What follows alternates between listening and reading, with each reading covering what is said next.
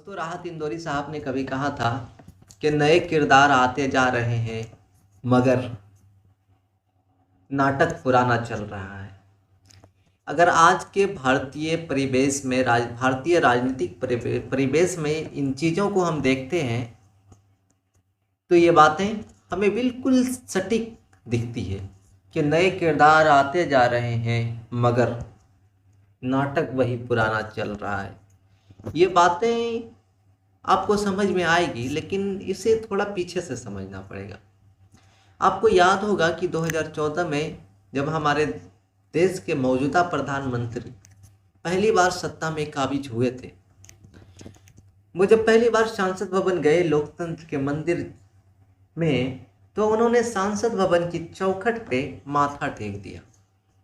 जब 2019 में दूसरी बार वो प्रधानमंत्री बने तो सार्वजनिक रूप से उन्होंने संविधान के सामने मस्तक होकर ये कहा कि इस देश में होने वाली तमाम चीज़ें संवैधानिक दायरे के अंदर होगी। इस देश में जो भी होगा वो संविधान के अनुसार होगा।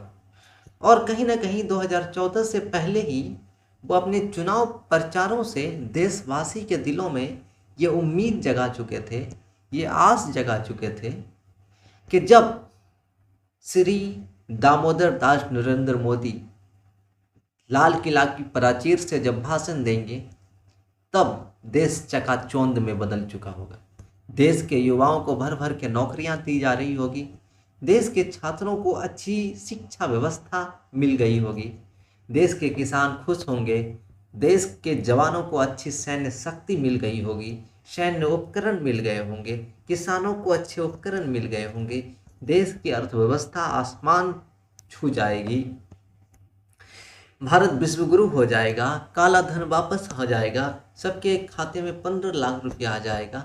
समाज, ग्रामीण जीवन में रहने वाले समाज के अंतिम पंक्ति के अंतिम व्यक्ति तक अच्छी शिक्षा, अच्छी स्वास्थ्य सेवा और अच्छे रोजगार के साधन उपलब्ध हो चुके होंगे।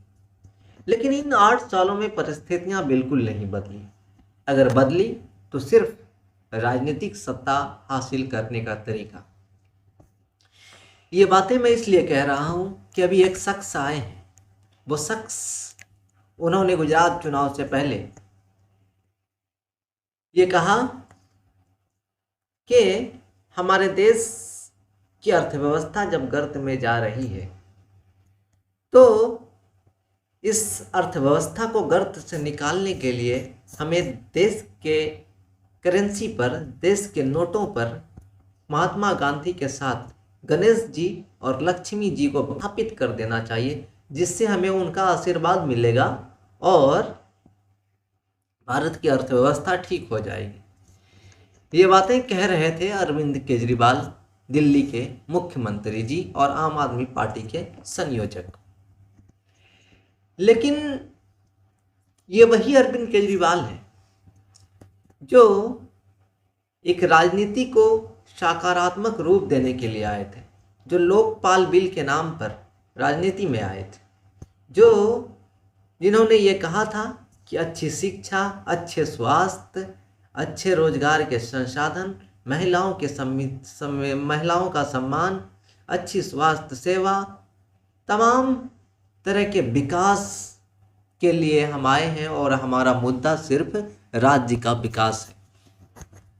लेकिन जब कुछ दिन पहले उनका ये बयान सामने आता है, पहला बयान कि हम हनुमान जी के बहुत बड़े भक्त हैं, जन्माष्टमी के दिन मेरी पैदाइश हुई है और हम हनुमान जी के बहुत बड़े भक्त हैं और हमारे जो विरोधी हैं वो कंस के औलाद है। दूसरा बयान कि इस देश की करेंसी पर माता लक्ष्मी और गणेश जी को स्थापित कर दिया जाए। तो कहीं ना कहीं ये बातें हमें ये दिखाती है कि बीजेपी ने 8 सालों में जो राजनीतिक सत्ता पाने का जो तरीका कायम किया है, आप उस पर चल पड़े हैं और ये दिखाने की कोशिश कर रहे हैं, अपने आप पे इस हिंदुत्ववादी बयान देकर ये साबित करना चाह रहे हैं और ये चाह रहे हैं कि बीजेपी को हिंदुत्व के नाम पर जो वोटें वोट मिलती आ रही उन वोटों को कैसे ध्रुवीकृत किया जाए, उन वोटों पर कैसे सेंध लगाए जाए। लेकिन साहब यहाँ सवाल न नरेंद्र मोदी का है, ना सवाल अरविंद केजरीवाल का है। सवाल इस देश का है कि इस देश की अर्थव्यवस्था जब इतनी खराब हो चुकी है, जब देश के युवाओं को अच्छी रोजगार की जरूरत है, जब देश के छात्रों को अच्छी शिक्षा की जरूरत है, जब देश के किसानों को अच्छे उपकरण, खाद और बीज की जरूरत है, जब महिलाओं को सम्मान की जरूरत है, जब देश के छात्रों को अच्छी शिक्षा व्यवस्था की जरूरत है, ऐसे माहौल में भी एक धर्मों के नाम पर धार्मिक भावनाओं को भड़काकर चुनाव लड़ना, राजनीतिक सत्ता पाना, ये कहाँ तक सही है। और ये ऐसे दौर में हो रहा है जब पिछले एक साल में हायर एजुकेशन के लिए 8,50,000 छात्र भारत छोड़ चुके हैं। जब इन 8 सालों में देश में 10,43,253 लोग भारत से जा चुके हैं। क्या जो लोग भारत छोड़कर दूसरे देश में गए, क्या सरकार के पास कोई डाटा है कि वो लोग की आमदनी क्या थी, भारत आमदनी क्या थी, वो लोगों का भारतीय अर्थव्यवस्था में क्या योगदान था, वो लोगों का धर्म क्या था? क्या ऐसा कोई डाटा मौजूद है? नहीं है। क्या ये सवाल अरविंद केजरीवाल करेंगे? नहीं करेंगे, क्योंकि बीजेपी के जो बनाए हुए रास्ते थे उस रास्ते पर अरविंद केजरीवाल चल चुके हैं और कहीं ना कहीं उससे 2 कदम आगे चल चुके हैं। और जो हिंदुत्व का प्रयोगशाला है गुजरात, वहाँ पर बीजेपी के बोर्ड में सेंध लगाकर वहाँ पर राजनीतिक सत्ता हासिल करने की कोशिश कर रहे हैं। मैं ये बातें इसलिए कह रहा हूँ कि पिछले दिन जब अरविंद केजरीवाल से यह सवाल किया गया कि बिल्किस बानो केस में छूटे 8 आरोपियों के बारे में आपकी क्या राय है, तो उन्होंने कहा कि हमारा मुद्दा शिक्षा, रोजगार और डेवलपमेंट है। हम धार्मिक चीज़ों में नहीं उलझना चाहते, हम किसी की धार्मिक भावना को नहीं भड़काना चाहते, हम धर्म पर बात नहीं करना चाहते। लेकिन महोदय, देश के सम्मानित नागरिक जब वही नेता आपके सामने आकर ये दिखाने के साबित करता है कि हम सबसे बड़े हिंदुत्ववादी हैं, हम हनुमान के भक्त हैं, तो कहीं ना कहीं ये आपको बिल्कुल वैसे ही गुमराह करने की कोशिश कर रहा है जिस तरीके से 8 सालों से नरेंद्र मोदी ने आपको गुमराह किया है। क्या इस देश में चुनाव ऐसे ही होते रहेंगे?